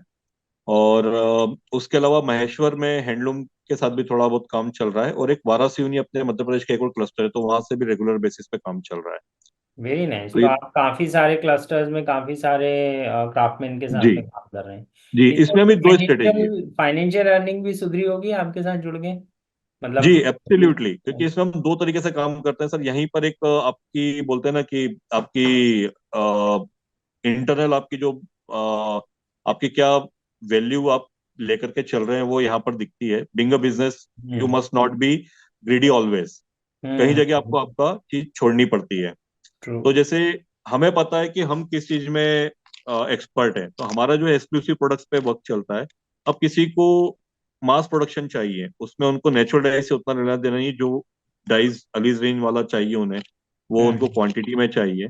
तो हम उसमें बड़े जो ब्रांड्स होते हैं, वो डायरेक्टली हम उनको उनके साथ जोड़ देते हैं, क्राफ्टमैन के साथ। तो हम्म। उसमें हमारा एक बॉन्डिंग ऐसा क्रिएट हो जाता है कि उनको हमारे हम्म। ऊपर ट्रस्ट हो जाता है, तो हमारा काम वो सबसे पहले करते हैं, अच्छा। क्योंकि ट्रस्ट क्राफ्टमैन के साथ में जुड़ने में भी थोड़ा एक चैलेंज आता होगा नहीं, इनिशियल स्टेजेस में? बिल्कुल आता है क्राफ्टमैन ऐसा। का भी शुरू में क्राफ्टमैन को लगता है कि ये हमारे पास आ रहा है तो ये भी हमारा फायदा उठा के जाएगा। जैसे आज तक लोग आए हैं, वो हमारा मतलब, उनको ये लगता था कि पीएचडी वाला है तो ये अपना काम निकाल करके और चला जाएगा, वापस कभी हम्म। नहीं आएगा। तो वो चीजें थी। मैं उनको बोलता था कि नहीं, मैं एक और, हम यूनिक इसमें एक और चीज हमने ऐड की थी कि हम्म। क्राफ्ट टूर का जो कंसेप्ट है, ये गुजरात में बहुत है और राजस्थान में बहुत है। तो मध्य हम्म। प्रदेश में इस वेस्टर्न पार्ट में क्राफ्ट टूर का कंसेप्ट सबसे पहले हम लेकर के आए थे। तो उसमें हम हम्म। जो क्राफ्टमैन, मतलब ऐसे कई सारे जो कस्टमर्स हैं जिन्हें उस जगह को देखना, वहां घूमना भी पसंद है। वो एक अलग हम्म। ही बिरले लोग होते हैं जिनको क्राफ्ट कैसे बनता है वो देखने के लिए स्पेशली वो पैसा खर्चा करते हैं, वो एक्सपीरियंस लेना चाहते हैं उस चीजों हम्म। का। हम्म। तो वो क्राफ्ट टूर भी हमने ऑर्गेनाइज करना स्टार्ट किया हाँ, था। पर्टिकुलरली ये जो डीयू और जेएनयू वाला क्राउड है, इसको काफी मजा आता है इस हाँ तरीके हाँ, बिल्कुल आता है। सो उसके अलावा भी ऐसे भी लोग हैं जिनके से। पास बहुत मतलब। आईएएस लॉबी में जाएं, उनकी वाइफ्स बड़े जी इंटरेस्ट लेती हैं इन इन चीजों में। I have seen this thing. तो जी। तो रईसों के शौक हैं। मतलब मैं ऐसा बोल सकता एब्सोल्युटली हूँ। सर, अभी तक का और अभी तक का सर वही आप जो बोल रहे हो वो बिल्कुल सही है कि कॉपटेक्स एक बहुत बड़ी गवर्नमेंट की कोऑपरेटिव है हैंडलूम में, तमिलनाडु की है कॉपटेक्स। तो उसके एमडी हुआ करते थे वो, उस जगह से, मतलब वो 5 साल का टर्म होता है, तो वो 5 टर्म के पहले पहले उनका मेरे पास कॉल आता, क्योंकि वो काफी इस तरह के क्राफ्ट टूर वो भी ऑर्गेनाइज करवाते थे ऑल ओवर इंडिया। तो उनके वो एलिट ग्रुप बना हुआ था। तो हम्म। उन्होंने, उनको जब मालूम पड़ा कि मैं इस तरह का वेस्ट मध्य प्रदेश में करता हूँ, तो उन्होंने मुझे कांटेक्ट किया, being an IAS he contacted me कि, और वो भी फेसबुक के थ्रू, मतलब no call nothing, hmm. Facebook के थ्रू उन्होंने मुझसे नंबर लिया और बोला कि when I can call you, मतलब being an IAS you can understand कि मतलब the hmm. Way he interacted with me, I was so humbled की, और वो भी एमडी लेवल के व्यक्ति, सीनियर आईएएस ऑफिसर। तो ही कॉन्टेक्टेड मी कि मैं इस तरह का कुछ प्लान कर रहा हूँ, तो can you help me out. मैंने definitely sir, why not, it's our job. तो ही वाज सो हैप्पी। तो उनको तारापुर क्लस्टर के बारे में भी मैंने बताया कि सर एक ये क्लस्टर 400 हाँ, साल आप पुराना है। आपको एक्चुअल में ये क्राफ्ट टूर्स रेगुलर ऑर्गेनाइज करने चाहिए, मतलब यू जी should plan, this is a good business model also, and it will give a new inspiration to many people, because बहुत सारे जी लोग जानते ही नहीं, समझते ही नहीं है, मतलब हमारे जैसे लोग इन चीज़ों के बारे में, और जी। अगर उसको बेसिक रीजन वही था sir, sensibility basic reason develop वही था। होगी, है ना। जी, बेसिक रीजन वही था सर कि क्या होता है कि इस क्राफ्ट को समझाना, वही आपने बोला ना कि प्राइसिंग ज्यादा क्यों है, तो वो समझाना कि हम्म। ये जैसे ब्लॉक प्रिंटिंग, तो क्या होता है ब्लॉक प्रिंटिंग, मतलब जैसे अगर आप पावर लूम की बात करें या स्क्रीन प्रिंट की बात करें, तो स्क्रीन प्रिंट में आप एक दिन में 100 मीटर्स प्रोडक्ट तैयार कर सकते हैं हाथों हाथ। लेकिन ब्लॉक हम्म। प्रिंटिंग में मैक्सिमम एक महीने में आप 700 से 800 मीटर फैब्रिक की तैयार कर सकते हैं, और वो भी 12 स्टेप्स का पूरा प्रोसेस होता है अगर वो नॉर्मल ब्लॉक प्रिंटिंग है। और उसके अलावा अगर उसकी एडवांस ब्लॉक प्रिंटिंग है, उसमें हर तरह, उसमें भी टेक्निक्स होती है। तो कौन सी टेक्निक यूज कर रहे हैं, तो किसी में 16 स्टेप है, किसी में 18 स्टेप है, किसी में 12 है, पर मिनिमम 12 स्टेप्स है। तो एक दिन में एक स्टेप ही फॉलो होती है। अच्छा, ओ, तो जी। बारह और बारह 15 15 दिन तक एक ही काम चला करता है जी, ऐसा। Absolutely sir. तो और उसके बाद भी वेदर का फर्क पड़ता है। अगर बारिश है या नमी है, तो आप प्रिंटिंग नहीं कर सकते, अगर प्रिंटिंग करेंगे तो कलर फैल जाएगा। हम्म। तो लोगों को ये भी समझाना, क्योंकि जनरली लोग क्या समझते हैं, ब्लॉक प्रिंटिंग मतलब ब्लॉक लिया अपने, वो इनफैक्ट लिया और यू छाप शुड दिया। लाइक गवर्नमेंट के किसी एक डिपार्टमेंट के साथ में, भारत सरकार या मध्य प्रदेश सरकार के किसी डिपार्टमेंट को एक प्रपोजल भेजिए कि इस तरह के क्राफ्ट टूर्स आप एक एनजीओ के फॉर्मेट में, कि आप इस तरह के क्राफ्ट टूर ऑर्गेनाइज करते हैं और गवर्नमेंट को इसमें जी। आपकी हेल्प करनी चाहिए, तो I think they will help. मुश्किल है आप गवर्नमेंट के साथ में कुछ भी करना बहुत आसान नहीं है, because मैं 8 10 साल से इनके साथ काम कर रहा हूँ। बट आई रियलाइज कि जो इम्पैक्ट आप गवर्नमेंट के साथ क्रिएट कर सकते हैं वो इम्पैक्ट अदरवाइज नहीं क्रिएट कर सकते, बहुत चैलेंजिंग है, क्योंकि कुछ भी जी सेंसिबल करना, और इस ब्यूरोक्रेटिक स्ट्रक्चर में जो बैठे हैं, जिनकी साइनिंग अथॉरिटीज और जिनकी नोटशीट चलती है, उनके लिए बहुत मुश्किल हो जाता है। तो आप और हम तो कंसल्टिंग लेवल पे बाहर के लोग हैं, बट फिर भी एक बार जब वो होता है तो उसका इम्पैक्ट जी आता है। आपने मेरे काम में देखा होगा कि जी मध्य प्रदेश सरकार को ये समझाना कि इंक्यूबेटर्स क्या होते हैं, स्टार्टअप्स क्या होते हैं, इसने हमारे 3 साल खराब करे, बट आज जब समझ गए हैं सब लोग, तो आज इतना जी। बड़ा इकोसिस्टम डेवलप हो गया कि करीब करीब 4,000 स्टार्टअप्स, रजिस्टर्ड स्टार्टअप्स काम कर रहे हैं। तो दैट नहीं, बिल्कुल सही बोल रहे हैं सर आप। वर्क्स, वो आपको आप इसमें करना चाहिए जी, आपने जो बोला ना सर, एक्चुअली इसी को लेकर के पीपीटी मैंने मेरी गाइड को भेजा था, क्योंकि उनको भी एक जगह इसी तरह का प्रेजेंटेशन देना था। तो उसमें मैंने हम्म। 2 मॉडल्स का उसमें जिक्र किया था। एक तो गुजरात का जो आप देखेंगे, रण उत्सव वाला जो मॉडल है, वो भी बहुत इम्पैक्टफुल है। क्योंकि मेरी स्टडी के दौरान जब मैंने वहाँ के एक क्राफ्टमैन से बात की थी, तो उनके बिजनेस में 40% तक इजाफा हुआ था, मतलब which is a very hmm. Big leap, कि उस हम्म। रण उत्सव की वजह से, क्योंकि वो भी basically full bunch of high and customers. क्योंकि वहां पर भी आप देखेंगे तो एक एक दिन में जो टेंट लगते हैं, एक एक दिन का नॉन एसी टेंट का किराया ही 4 4 5 5 हजार होता है। तो वहां पर एक नॉर्मल हम्म। व्यक्ति नहीं जाएगा रणोत्सव में देखने के लिए। तो रणोत्सव में क्या होता है कि वो जो टेंट्स लगाते हैं उसके पास में स्टॉल्स भी वो फ्री में देते हैं, वहाँ के जितने भी क्राफ्टमैन हैं उनको वो अलाउ करते हैं वहां पर टू शोकेस देयर प्रोडक्ट्स। और मैं खुद देखा था कि मैंने जब अजरकपुर करके जो वहां पर एक क्लस्टर है जहाँ अजरक प्रिंट होती है, हम्म। तो जब मैं वहाँ स्टडी करने गया तो जो रणोत्सव में आए थे वो अब इतनी दूर आए हैं, तो अपनी कार लेकर आए हैं, तो अपने व्हीकल से आए हैं, तो वो उस जगह सब जगह क्लस्टर से होकर के गुजरते हैं और वहां से प्रोडक्ट खरीदते हुए जाते हैं। तो आई हम्म। वाज सो अमेज्ड कि मेरे सामने वो एक कस्टमर आई, उसने विदाउट बार्गेनिंग उसको जो जो पसंद आया उठाया, पेमेंट किया और चलते बनी। तो it hmm. Was very unlike for me कि मतलब ऐसा भी परचेसिंग होता है। नहीं नहीं, यू शुड कंटिन्यू। इनफैक्ट आप एक प्रपोजल बनाएं and you come to me. जी हम परसू करेंगे। मैं ये नहीं बोलता कि मेरी बात सब मान लेंगे, बट मेरा ये पक्का विश्वास है कि हम किसी न किसी को तो जी, पकड़ लेंगे सरकार में जो समझ जाए ये बात। एंड बिल्कुल we'll सही। try to talk to government of Madhya Pradesh and government of India also। एक और जी इम्पॉर्टेंट बात है, आप ये पूरा कॉम्प्लेक्स प्रपोज मतलब पूरा कॉम्प्रिहेंसिव प्रपोजल बना लीजिए। हम यहाँ की संस्कृति मंत्रालय को देंगे और उनके साथ कुछ जी करने की कोशिश करेंगे। एक बात। दूसरी इम्पॉर्टेंट बात ये है कि आपके जो क्राफ्ट टूर्स हैं इसको थोड़ा सा एजुकेशनल फॉर्मेट में बना के इस पे एक बार लॉन्ग टर्म में दिमाग लगाइएगा। ये एक बहुत प्रॉपर जी मॉडल बन जाएगा और जिसमें आप बहुत सेंसिटिव ढंग से बहुत मतलब बहुत इंस्पायरिंग ढंग से सेंसिटिविटी डेवलप कर सकते हैं लोगों के बीच में about this art work and about the craftsmanship and about things. तो हर जी यूनिवर्सिटी के साथ में एक आध टूर प्लान कर सकते हैं, कुछ ऐसी चीजें कर सकते हैं, कुछ कुछ इवेंट प्लान कर सकते हैं, जैसे हाट बाजार टाइप वगैरह में यहाँ जो लगते जी। हैं। तो दैट रियली वर्क्स। अभी तक आपका एक जो सबसे मोटिवेटिंग या सबसे बड़ा अचीवमेंट जो आपको ऐसा लगता है कि this has been a big achievement for us, ऐसे कोई किसी अचीवमेंट जी के बारे में बात करना चाहेंगे? हाँ, सर अचीवमेंट तो मैं भी बोलता हूँ कि it's a part of journey. आप ये मत सोचिए कि यहाँ पर ये तो फाइनली ये आपका अचीव हो गया तो आगे कुछ नहीं, बट ये है कि मोटिवेशनल फैक्टर होता है which I hmm. Always find कि हाँ, एक वो होता है, बीइंग अ ह्यूमन बीइंग आपको थोड़ा सा एक वो तो होता है कि हाँ यार, ये अचीव किया, सही ये है। एक चीज थी जो आपको मोटिवेट करती है। तो हम्म। फर्स्ट तो ये था कि जो रेड कलर जो हमने मंजिष्ठा से वापस से जो हमने निकाला, जो हम्म। जिस पे हमने वर्क किया, जिससे हमें आइडेंटिटी मिली, डिफरेंट आइडेंटिटी। तो उसके हम्म। ऊपर एक प्रॉपर केस स्टडी, एक प्रोफेसर दुराफे हैं, तो उन्होंने उस केस स्टडी को Indian heritage, journal of heritage जो अहमदाबाद से पब्लिश होता है, सेज जर्नल है, उसमें पब्लिश हम्म। किया है, उसको पब्लिश करवाया। तो वो एक हमारा अचीवमेंट था काफी, जिसकी वजह जी से जी। आज कई सारे जो कस्टमर है वो जानते हैं कि हाँ मंजिष्ठा, मतलब वो बोलने लगे मंजिष्ठा किंग, बट मैं नहीं मानता हूँ कि मंजिष्ठा किंग, बट क्योंकि उसमें भी बहुत कुछ सीखना बाकी है। बट हम्म। वो कस्टमर से आपको जो मिलती है उपाधियां, तो just I am talking about that. एक तो वो था, दूसरा एक एंशियंट, जैसे हम बोल सकते हैं, मैं थोड़ा टेक्निकल हो जाऊंगा, मुझे नहीं मालूम कि हमारे व्यूअर्स को कितना उसमें इंटरेस्ट होगा, कि नेचुरल डाई ऐसा नहीं होता कि आपने कपड़े को नेचुरल डाई में डाला और कपड़े ने उसको एब्जॉर्ब कर लिया। एब्जॉर्ब कर लिया। जी।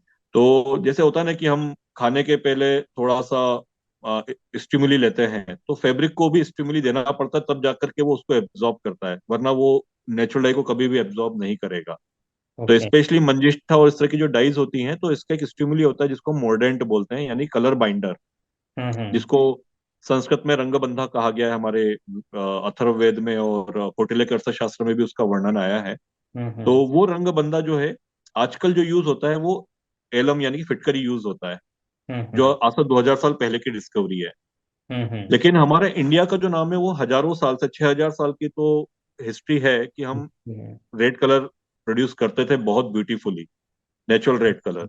तो हम्म। वो कलर कपड़े पे कैसे बैठता था, तो उसमें जब मैंने स्टडी की तो मालूम पड़ा, एक लोध्र, लोध करके एक पेड़ होता है लोध्र, जिसका संस्कृत नाम है, इंग्लिश में उसका नाम सिम्प्लोकोस है। तो वो कपड़े को मतलब हेल्प करता है, उसको जब ट्रीट करते हैं आप एलम की जगह उस पौधे की बार को लीव से जब ट्रीट करते थे, तो वो कलर हम्म। को एब्जॉर्ब करता था। तो ड्यूरिंग लॉकडाउन मैंने उस पे स्टडी करना शुरू किया, और we were successful in reviving that technique also. Very nice. तो मतलब ये उस बहुत टेक्निक बड़ी को बात है कि आप टेक्निक्स रिवाइव भी कर रहे हैं। ये तो बहुत ही बड़ी जी, बात है। मतलब इट इज तो उस बियॉन्ड पे ह्यूमन।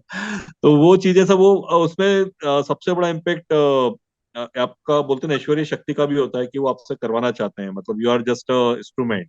तो मैं वही सोच करके चलता हूँ। तो वही चीज ने बहुत हेल्प किया।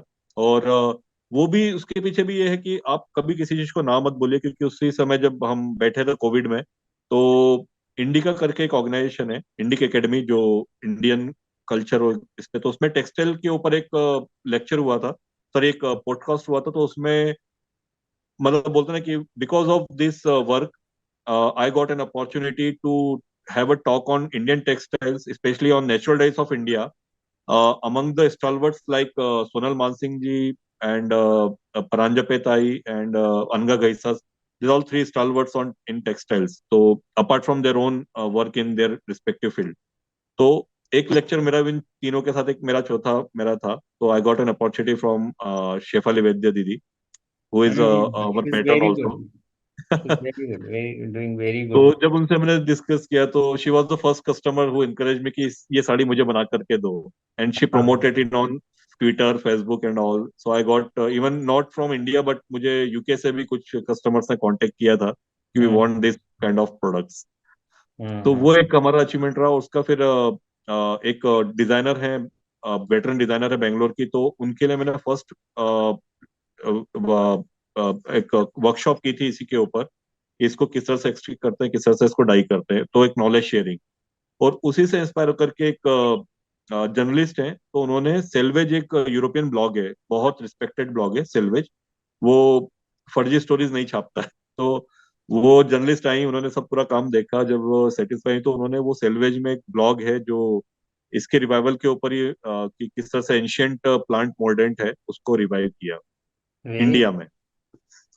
तो और एक और आयरनी मैं आपको बताता हूँ कि सर हम हमारा नॉलेज भूलते जा रहे हैं, तो उसका निगेटिव इम्पैक्ट क्या हो रहा है कि ये ऐसा नहीं है कि आई am the only one who is doing it. ये आज भी लिविंग टेक्सटाइल में केवल और केवल इंडोनेशिया एंड बाली में आज भी ये जीवित है. वहां पर हम्म. अमेरिका की एक एनजीओ है जो इसको प्रोटेक्शन पे वर्क कर रही है. वो साल भर का 1 टन इस तरह की लीव्स वहां के जंगलों से इकट्ठा करते हैं और ऑल ओवर द वर्ल्ड बेचते हैं. They sell very it. Big.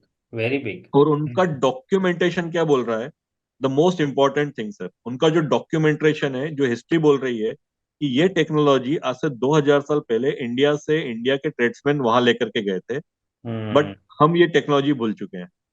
नहीं नहीं, आप उसको याद करवाइए दुनिया को, and whatever help you want from our side. Because हर व्यक्ति को अपने काम में इतना इम्पैक्ट क्रिएट करने की कोशिश करनी चाहिए लाइफ में कि मल्टी जनरेशनल उस चीज का इम्पैक्ट रहे. तो वंस यू हैव जी. Chosen this, that that is something which inspired us. कि मैं जब जॉब छोड़ के एंटरप्रेन्योरशिप डेवलपमेंट में लगा था, तो I was like, I knew कि मैं मेरा करियर खराब कर रहा हूँ, बट आई न्यू कि ये इम्पैक्ट इम्पॉर्टेंट है करियर से ज्यादा. Absolutely sir. Same with you. Abhi, now when it comes to impact, so what impact do you want to leave in long run or in Indian psyche when it comes to heritage craftsmanship and heritage block printing kind of things? Sir it it must be a part of your life style. मैं मानता हूँ कि जो लोग afford नहीं कर सकते हैं वो कहीं ना कहीं इसको प्रैक्टिस में लाए थोड़ा बहुत. मतलब मैं नहीं बोलता हूँ कि हर व्यक्ति डाई करना सीख जाए, लेकिन हम्म. कुछ डाइज ऐसी हैं जो घर पे आप इजीली कर सकते हैं. जैसे अनार का छिलका है, तो अनार के छिलके से you can extract yellow die. तो जो आप हम्म. अनार का खा रहे हैं तो उसका छिलका आप इकट्ठा करके रख लें, उसको उबाल लें, और उसके लिए मॉर्डेंट की भी ज्यादा जरूरत नहीं है. उसको आप सिंपली डिप करेंगे तो येलो कलर में आपका कलर आ जाएगा. और hmm. The most important part of our natural Indian dyes, specially Indian dyes, तो हम्म. इंडियन डाइज की जितनी भी आप स्टडी करेंगे तो अथर्ववेद से आई है, और अथर्ववेद से आयुर्वेद निकला है. तो जितनी भी नेचुरल डाइज हैं इंडियन ओरिजिन की, उनका कहीं ना कहीं आपकी हेल्थ के ऊपर पॉजिटिव इम्पैक्ट है, आपकी स्किन के ऊपर उसका पॉजिटिव इम्पैक्ट है. तो इट्स नॉट जस्ट कि नेचुरल डाइज केवल इन्वायरमेंट फ्रेंडली है, वो स्किन फ्रेंडली हम्म. भी है और स्किन को हील भी करती है. मैं नहीं बोलता बिल्कुल. कि आपकी कोई बीमारी ठीक कर देगी, लेकिन आपकी हाँ, स्किन को पर हील करती है. उसका इम्यूनिटी यदि बढ़ गया बॉडी का, या स्किन के जी. ऊपर स्किन जो का. नेगेटिव इम्पैक्ट हो रहे हैं वही हो गए. तो इस पे कोई स्टडीज अवेलेबल हैं क्या कि इंडियन डाइज के इम्पैक्ट ऑन से स्किन डिसीजेज और ऑन द स्किन एलिमेंट्स? नहीं सर, इस पे चल रहा है काम. अभी बहुत इनिशियल स्टेज पे अभी हम यूवी के ऊपर एक रिसर्च करने वाले हैं कि अल्ट्रावायलेट लाइट्स का, रेस का कितना इम्पेक्ट पड़ता है नेचुरल लाइट्स के ऊपर. तो एक हाँ, उस पे दैट दैट विल रियली जी. Create a good impact. आप यूनिवर्सिटी के साथ किसी के साथ में मिलके जी. मंजिस्टा पे काम कर लें या किसी चीज पे, जी. कि उनका क्या इम्पैक्ट आता है, या उनके अंदर कौन से ऐसे एलिमेंट हैं जो स्किन के किसी आइलमेंट को क्योर करने में मदद कर सकते हैं. जी. Because then you will become Baba Ramdev of this heritage block true. Print and all. Because yes उन्होंने सर. भी वही किया. सी, हर में से हर व्यक्ति को ये ढूंढ के कोशिश करना चाहिए कि व्हाट वाज देयर, या what is there which we don't know scientifically, and which can create impact in the long run for the betterment of the people. और अगर ऐसा एब्सोल्युटली। कोई आपकी हेरिटेज में अवेलेबल है तो उसको उठा के लाएं, और जब वो उससे कनेक्ट करते हैं तो यू हैव कि आयुर्वेदा साइंटिफिक है तब होगा जब आप साइंटिफिक रिसर्च के थ्रू आयुर्वेदा को प्रूव कर दें। Same with you, absolutely. Same with us. जैसे एब्सोल्युटली। अभी हमने एक 7 स्टेज फ्रेमवर्क जो बनाया है एंटरप्रेन्योरशिप का, ये प्योर इंडियन फ्रेमवर्क है एंटरप्रेन्योरशिप का। अभी जी। आपने देखा होगा जब से हमने स्टार्टअप इकोसिस्टम खड़ा करा तो शुरू के 2-3 साल एक एक फ्रेंजी सी पैदा हो गई थी कि हर बंदे को बहुत सारा फंडिंग की रिक्वायरमेंट पड़ रही थी, और हर बंदा फंडिंग के लिए पीछे भाग रहा था जी। Investors. Which was not our way of doing things, Indian way of doing वो नहीं है बिजनेस। Because India true. में जो बिजनेस है वो भी अपने आप में सेवा से शुरू होता है। तो वी जी। Are working a lot of scientific approach उसमें डेवलप करने की कोशिश कर रहे हैं कि अगर आप सेवा को दिमाग में रख के सेल्स, मतलब सेवा फर्स्ट सेल्स लेटर, वो वाला अप्रोच होता है कि यू सेल फॉर सेवा जी। सर्विस, तो then that becomes a different kind of sales altogether। इस पे कभी बात करेंगे। and there is जी। जी। lot of thing that we are doing scientifically on that line, तो that has right. created good impact। मतलब उसका बहुत अच्छा इम्पैक्ट आया हमारे यहाँ की स्टार्टअप के डेथ रेट, इंडियन स्टार्टअप के जो इस पर्टिकुलर फॉर्मेट को फॉलो करते हैं, that has come down from 92% to 8%। Wow. Nine yes, percent yes, we have discussed this, we have हाँ, discussed this so already. that is something really important।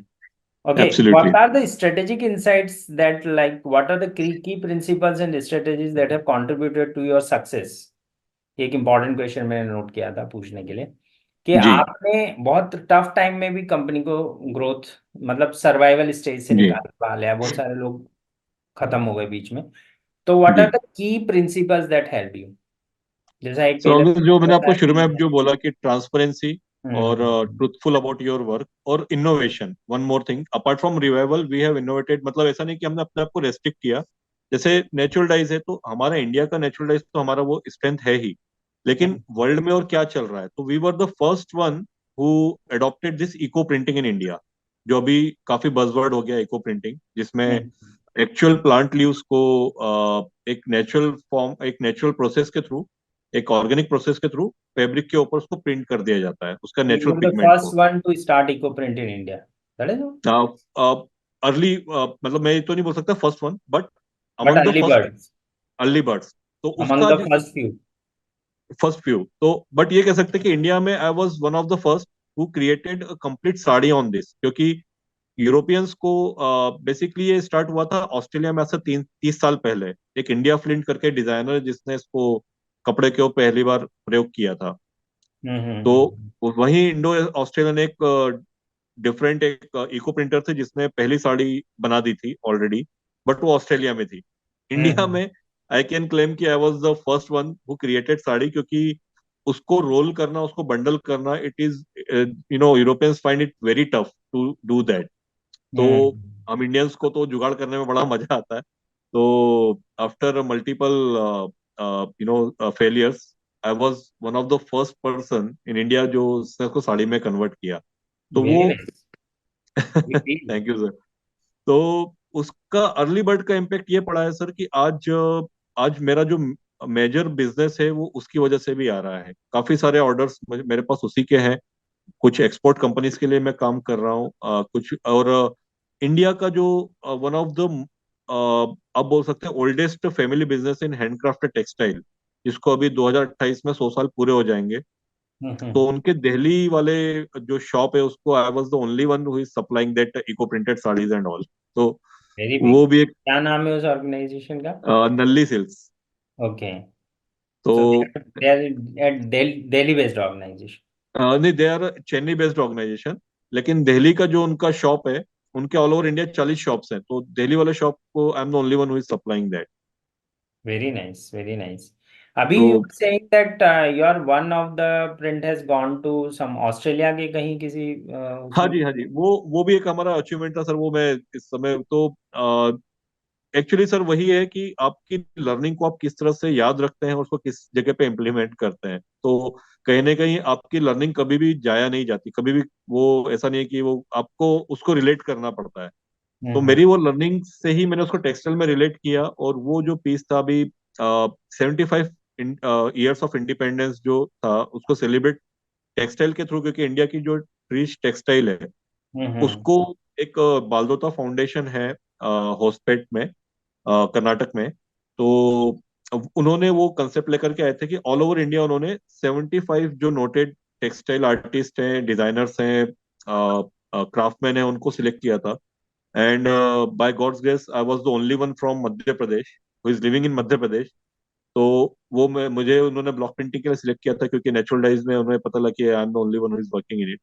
तो उन्होंने मुझे ईमेल किया कि आप एक डिजाइन करके भेजिए कि आप क्या बनाएंगे, और वो अगर अप्रूव होता है तो you have to start work. वो 6 महीने पहले आ गया था। 26 जनवरी से, मतलब 6 महीने पहले उन्होंने मुझे ईमेल कर दिया था कि 26 जनवरी पे we are doing it. No sorry, 15 अगस्त, मतलब वो क्या कर छह रहे महीने पहले। थे वो लोग? दे वर डिस्प्लेइंग समवेयर?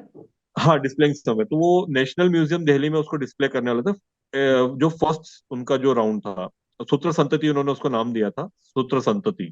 सूत्र सूत्र संतति। संतति, ये उनका वेरी कंसेप्ट था। और जो उसका पहला एडिशन आया था, जो 75 ईयर्स के पहले उन्होंने जो रिच टेक्सटाइल में, तो उसमें गौरांग शाह एक बहुत बड़े डिजाइनर है। तो गुड। उन्होंने जामदानी, जो हमारे की बहुत पुरानी टेक्निक है, जामदानी वीविंग होती है, तो उसमें राजा रवि वर्मा की पेंटिंग्स को वीव किया था। तो वो एक बहुत बड़ा अचीवमेंट है, मतलब he is very big designer. हाँ तो हाँ, उसी से राजा रवि वर्मा की पेंटिंग्स ही बहुत बिग है। एब्सोल्युटली, तो उनको बड़े उसने साड़ी के पल्लू में कन्वर्ट किया था with the same colour palette. That is the वाह। Biggest challenge. तो वो अब यू कैन अंडरस्टैंड कि वो किस लेवल का प्लेटफॉर्म बन गया था। तो this was a really a, you can say, life time achievement for us young people, कि भाई हमारा उस जगह पर, उस प्लेटफॉर्म पर जाना, ये तो उतना ये सोचना। कहाँ पे डिस्प्ले किया था इन्होंने?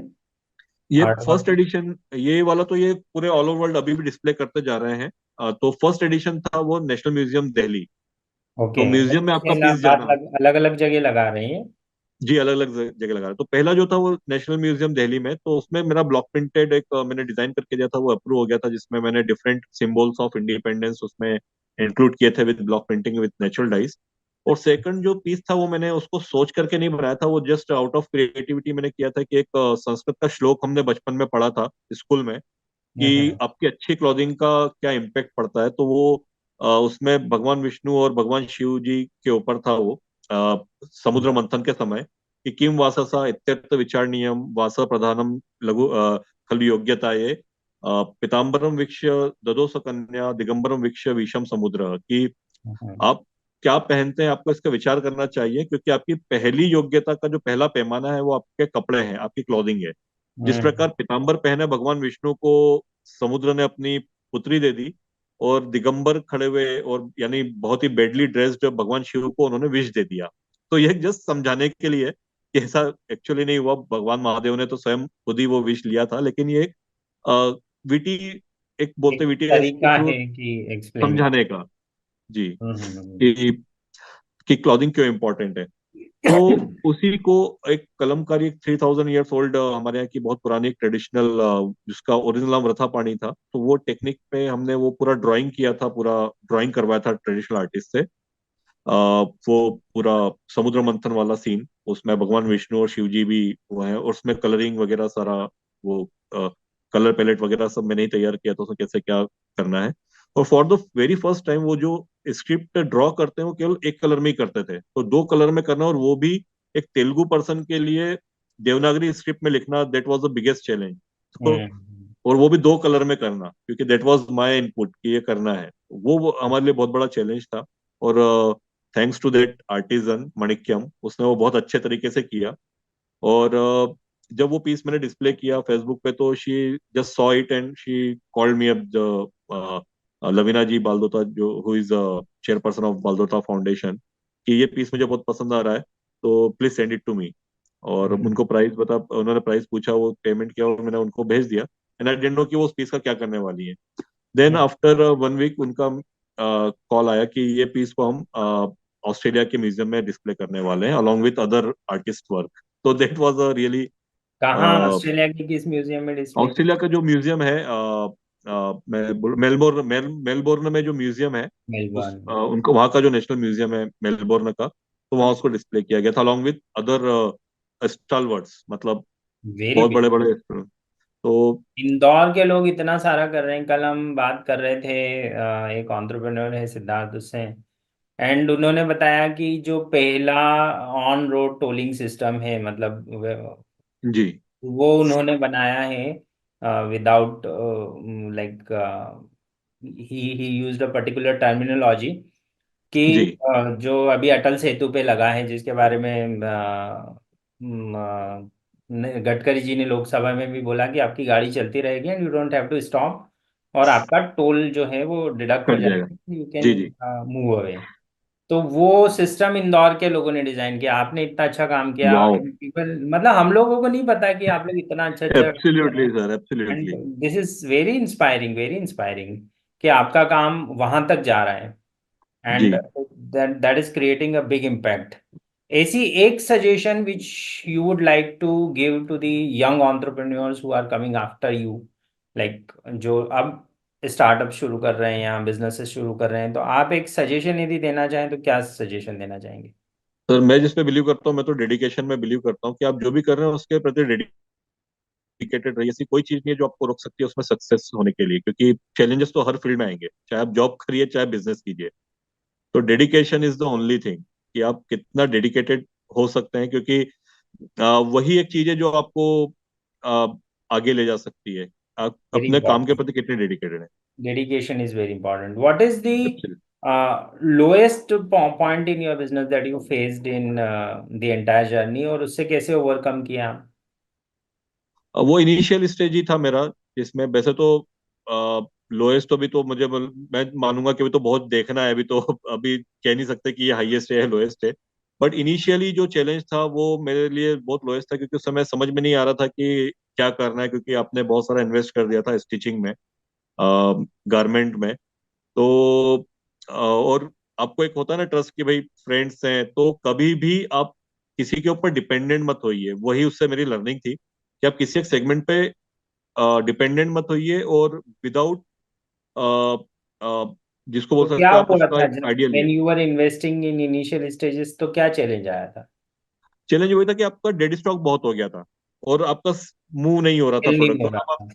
हाँ, और आप आपके ऑब्जेक्टिव पे टिके हुए थे, नहीं मुझे तो मेल क्लॉथिंग लाइन में ही जाना है, मुझे तो इसमें ही जाना है। वो एक वो माइंडसेट जो होता है ना, उससे आपको निकलना बहुत जरूरी है। You don't have to have a fixed mindset, otherwise वो एब्सोल्युटली। बिजनेस के लिए बहुत हाँ, चैलेंजिंग हो जाए। क्योंकि आप वो उस मैं समय एक भी ईगो फेस लेके कर बैठे। सकता हूँ। आई एम हाँ, आल्सो वो सफर्ड। एक ईगो लेके बैठे थे कि यार उस सेगमेंट में सभी काम कर रहे हैं, मैं उसी सेगमेंट में क्यों जाऊं, मुझे तो ये सोच के रखा था यही करना है। तो उस पे अगर आप अटक गए तो फिर आप आगे ग्रोथ नहीं कर पाएंगे। तो आपको इमिडिएटली उस पर डिसीजन लेना पड़ेगा कि where should I have to गो।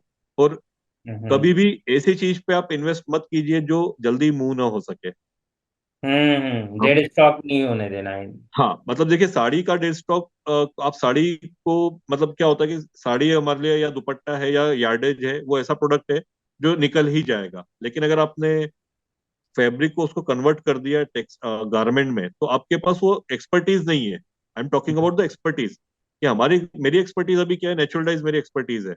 अगर मैं सोचूं नहीं यार वो गारमेंट में ज्यादा कमा रहा है, तो मैं भी गारमेंट में घुस जाऊं, तो मैं अपना हाथ जला लूंगा, क्योंकि मुझे स्टिचिंग का नॉलेज नहीं है, वन थिंग। सेकंड थिंग, मुझे उसकी डिजाइनिंग कैसी होनी चाहिए उसका आइडिया नहीं है, वो मेरा एरिया ऑफ एक्सपर्टाइज नहीं है। अगर मैं उसमें घुसूंगा विदाउट हैविंग नॉलेज, तो कहीं ना कहीं बैकफायर करेगा। तो वो भी एक हम्म। मेरी एडवाइस है, बिंग एक्सपीरियंस से बता रहा हूँ, कि आपका जिस चीज में नॉलेज नहीं है, तो आप वहां पर आपके हाथ जलेंगे। तो आज नेचुरल डाई में आज हमने इतना रिसर्च कर लिया, इतना काम कर लिया है, कि क्राफ्टमैन भी हमसे दबता है। वो उस चीज में हम आज वो हम मुझसे ये नहीं बोल सकता कि साहब ऐसा नहीं हो सकता, क्योंकि मैंने उसको करके दिखाया है कि ऐसा हो सकता है। तो अच्छा, वो उसमें हमको बेवकूफ नहीं बना सकता। Since you are a doctor also, तो व्हेन आई आस्क, मतलब अदर देन एंटरप्रेन्योर, मैं पूछता हूँ डॉक्टर पुष्यमित्र जोशी से कि give me any 2 or 3 books that you would like our entrepreneurs और people to read, from where you get quite good inspiration. This is really tough question sir, क्योंकि हर एक की फील्ड अलग अलग होती है। मैं भी जिस तरह की बुक्स पढ़ रहा हूँ, तो वो मैं ऐसा नहीं बोल सकता कि वो सबके लिए वर्क करेगी। लेकिन हम्म। हाँ, अगर आप एक जनरल उससे पूछेंगे, तो मुझे जो जिस चीज से मुझे मोटिवेशन मिलता है, तो स्वामी विवेकानंद का आप कोई सा भी साहित्य उठा लीजिए, हाँ, पूरा वो अपने आप विवेकानंद में से। बहुत, जी, क्योंकि वो वेदांत वो प्रैक्टिकल वेदांत है सर। मतलब आप हम्म। बिंग गृहस्थ व्यक्ति, आप किस तरह से उससे इंस्पिरेशन ले सकते हैं। और दूसरा जो मैं अभी जो पढ़ रहा हूँ कि आप कोई भी बुक पढ़ते हैं तो उससे आपको अलग अलग तरह के इंस्पिरेशन मिलते हैं। जब हम्म। ड्यूरिंग कोविड मुझे जानने का हुआ कि भाई, और उससे कैसे रिलेट होता है मैं आपको बताऊं कि आपके फील्ड से रिलेटेड भी आपको कुछ चीजें स्पार्क कर सकती है उसमें। तो हम्म। ड्यूरिंग कोविड श्रीमद् वाल्मीकि रामायण रखी हुई थी गीता प्रेस गोरखपुर की, तो मैंने ये कि भाई जो हम सीरियल में देख रहे हैं वो एक्चुअल इतिहास में क्या है, हमारी बुक्स में क्या है, वो पढ़ना शुरू किया। तो उसमें मुझे टेक्सटाइल से रिलेटेड इतने सारे श्लोक मिल गए कि it was a eureka for me कि उसमें उस समय के जो टेक्सटाइल हुआ करते थे, क्या कलर पैलेट वो यूज करते थे, थोड़ा बहुत उसमें, ऐसा नहीं बहुत डिटेल में है, लेकिन एक उससे इंस्पिरेशन मिलता है कि उसमें कौन कौन से कलर की साड़ी पहनी हुई है माँ सीता, कौन से कलर की साड़ी पहनी हुई है, और उसमें सिल्क का वर्णन है। तो अभी जो हमारी मॉडर्न हिस्ट्री बोलती है कि साहब इंडिया में या पूरे वर्ल्ड में जो सिल्क आया वो चाइना ने जब अपना रूट खोला था, ट्रेड रूट खोला था आज से 4 साढ़े 4 हजार साल पहले, तो दुनिया को मालूम पड़ा सिल्क क्या है। लेकिन उसमें सिल्क का ऑलरेडी बहुत मेंशन है। उसमें शोम और कोशे दो शब्द आए हैं सिल्क के। तो वो एक चीज मुझे उसमें टेक्सटाइल से रिलेटेड वो रिसर्च यू वुड मिली। सजेस्ट दैट स्वामी विवेकानंद को पढ़ें और ट्रेडिशनल स्क्रिप्चर्स पे थोड़ा सा स्टडी करना चाहिए। हाँ मतलब हमें, मतलब जी। सबके लिए नहीं, मैं जिनका जो इंटरेस्ट, लेकिन हाँ मोटिवेशन की आप जब बात करेंगे तो नो डाउट प्रैक्टिकल वेदांता जो एक है, और उसी से मोटिवेट होकर के मैंने भी आपकी अभी बुक ली है, आपकी जो ये है स्पिरिचुअल सक्सेस, अच्छा, स्पिरिचुअल सूत्रास ऑफ स्पिरिचुअल। सक्सेस। अरे क्योंकि वाह। हमारी जो बात हुई थी तो आपने हाँ, उसमें काफी तो कुछ है। जी, तो जो क्योंकि हमारी जो डिस्कशन हुआ तो उसमें आपने कहा था कि आपने उसमें वेदास का बहुत पूरा ही नॉलेज। वहीं से आया है वो, बेसिकली जी, वो स्पिरिचुअल बुक ही है। एक तो फिक्शन है। ऑनेस्टली मतलब आपसे बात कर रहा हूँ इसलिए नहीं, क्योंकि आपसे जो ऑलरेडी बात हुई थी और जो हमारे, क्योंकि मैं मानता हूँ सर कि हमें हमारे काल परिस्थिति के हिसाब से ही बुक्स पढ़नी चाहिए। मतलब hmm. We always go with the western, तो हमारा माइंड क्या होता है कि स्टक हो जाता है कि वो जो कर रहे हैं वही सही है, वो जो हम्म। जो कर रहे हैं वो उनके लिए सही है, हमारे जो देश काल परिस्थिति उसके लिए हमारे क्या सही है, हमें वो ये करना है। उनको देखना पड़ेगा, बहुत इंपॉर्टेंट बात है। मतलब एक दिन अमिताभ कांत सर से बात हो रही थी। जी अमिताभ कांत सर वो हैं जिन्होंने नीति आयोग की फाउंडेशन डाली थी, स्टार्टिंग जी में जी नीति आयोग के फाउंडर थे। और he is one of the most celebrated IAS that we have ever had in the country. तो जी उन्होंने बहुत इंटरेस्टिंग बात बोली थी कि स्टार्टअप्स आपके देशकाल परिस्थिति के आसपास काम करेंगी तो ही वो स्टार्टअप्स ज़्यादा सक्सेसफुल होंगी, क्योंकि वो जो जहाँ है वहाँ के चैलेंज आइडेंटिफाई करो, वहाँ पे अपॉर्चुनिटी आइडेंटिफाई करो, वहाँ ग्रो करो। एंड वी हैव जी used that concept a lot in our our startup ecosystem. वैदिक इकोसिस्टम में जितनी भी स्टार्टअप्स हैं उन पे बहुत यूज करते हैं, दैट रियली वर्क्स। जी Last question of mine, sir, is that where do you see this entire heritage, craftsmanship and textile industry to go from here in next few years? Sir it's equally rewarding, it's equally दोनों उसमें चीजें हैं, लेकिन मैं उसमें reward ज्यादा देख रहा हूँ क्योंकि धीरे धीरे यंगस्टर्स का जो रुझान है, जो उनका इंटरेस्ट है वो आ रहा है। नो डाउट प्रोडक्ट जो डिजाइनिंग है उस पर हमें वर्क करना पड़ेगा, क्योंकि we are working on now garment section also, क्योंकि जो नया सेगमेंट है वो उसका ट्रेडिशनल टेक्सटाइल की तरफ रुझान तो हो रहा है, लेकिन उसको उसके हिसाब से डिजाइन वर्क चाहिए कि उसको उसका इंटरेस्ट साड़ी से ज्यादा गारमेंट्स में ज्यादा जा रहा है। पर ऐसा नहीं है कि उनका इंटरेस्ट नहीं है। और एक सेगमेंट के अंदर एक सेगमेंट वो भी उभर रहा है जो ट्रेडिशन के साथ साथ अपने लाइफ स्टाइल को लेकर के भी बहुत ज्यादा सचेत है। उसको नेचुरल डाइट चाहिए, नेचुरल डाइट मतलब डाइट के साथ साथ डाइट टेक्सटाइल भी चाहिए। मतलब वो जहाँ ऑर्गेनिक फूड की बात कर रहा है तो उसको वो क्या कपड़े पहन रहा है उसके प्रति भी वो सचेत हो रहा है, तो एक वो सेगमेंट इसमें एक उभर रहा है। तो वी आर सीइंग कि इसका एक पर्टिकुलर सेगमेंट, एक लग्जरी सेगमेंट, एक निश सेगमेंट इसका बनने वाला है। और उसके अलावा एक मिड सेगमेंट भी इसका बनेगा कि हर कोई लग्जरी अफोर्ड नहीं कर सकता, तो एक मिड सेगमेंट के लिए भी we are working on that kind of textile line.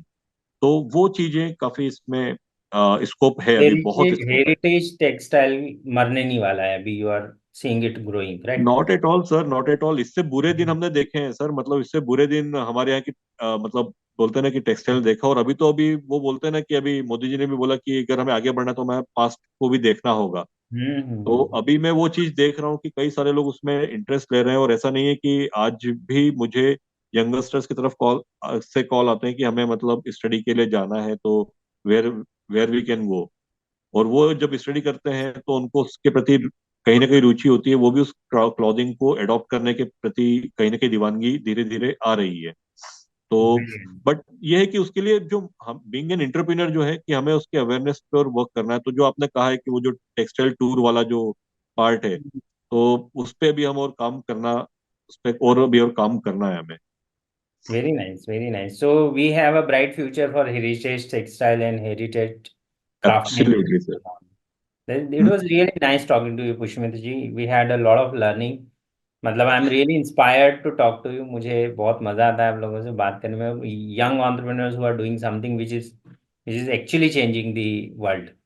And it's not right. just about making profit, it's about creating that impact because that matters a lot.